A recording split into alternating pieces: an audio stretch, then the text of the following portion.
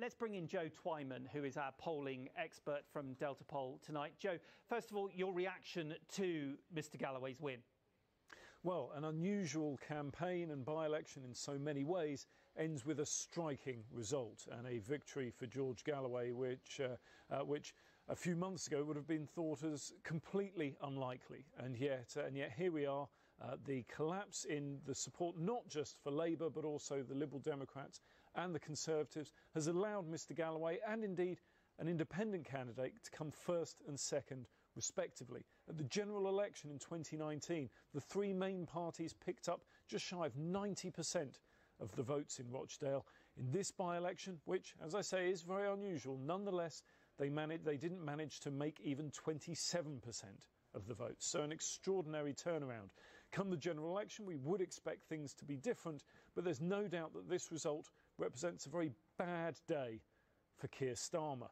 He can, and I'm sure he will, and his representatives will talk about, oh, well, the unusual circumstances meant that George Galloway was able to get in. But what are those circumstances? The fact that a Labour candidate was not sufficiently vetted, was found to be making remarks that were seen as anti-Semitic, and so had to be disavowed by the party. That's not a good argument for the Labour Party to make, even though it's really the only one they have. And we must talk about the independent candidate, Dave Tully, coming second. That is quite remarkable, even in by-election terms, isn't it?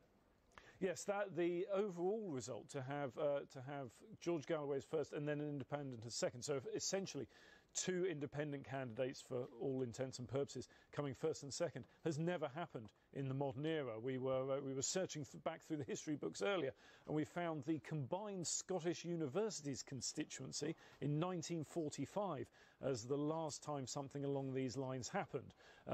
Just the fact that I'm talking about the combined Scottish universities constituency suggests just how long ago that was. So yes, in modern times this is completely unprecedented and demonstrates just how unusual the circumstances were, but also how difficult the three main parties managed to, how difficult they found it, and how they didn't manage to really get anything like cut through in this particular contest. Now, Mr Galloway in his victory speech said this was going to spark a movement.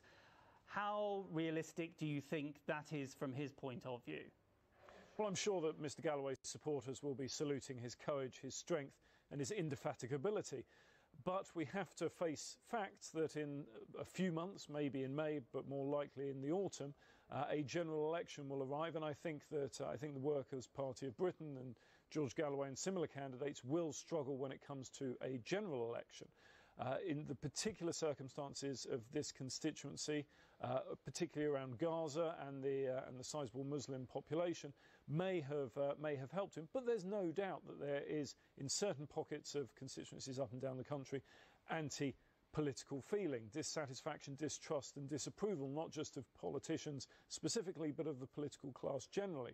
But as we've seen in election after election, actually translating that into seats at a general election can prove extremely difficult. Reform will struggle in the same way that UKIP previously struggled, and I imagine that the Worker Party of Britain will find it even more difficult. Yeah, you mentioned Reform UK there. They've done reasonably well in the last couple of by-elections, 10–13%, which is about what they are on the national polling, but not so this time round.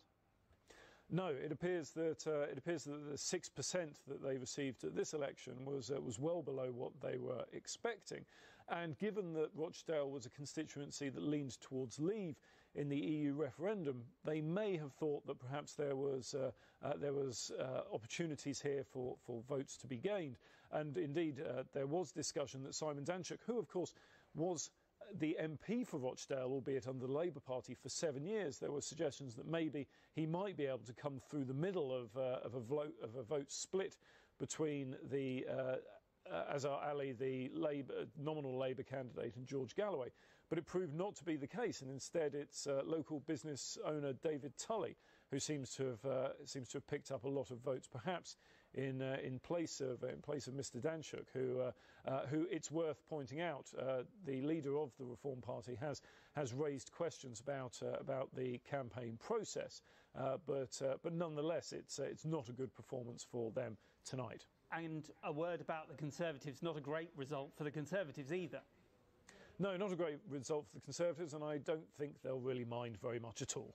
I imagine that in Downing Street and across the Conservatives, they will be happy to see Labour suffering from such troubles, unusually as has been the case in coverage over recent weeks and months.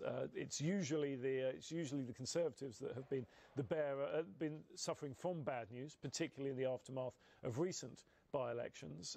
This is very much a different story, and politics is so often about momentum, and the momentum tonight is with George Galloway. We will see him and his supporters very much featuring heavily over the next days and perhaps even weeks. The Conservatives, on the other hand, will want to shift attention to the budget next week, and will just be happy that Labour are having a bit of trouble themselves. OK, Joe Twyman, for the moment, thank you very much.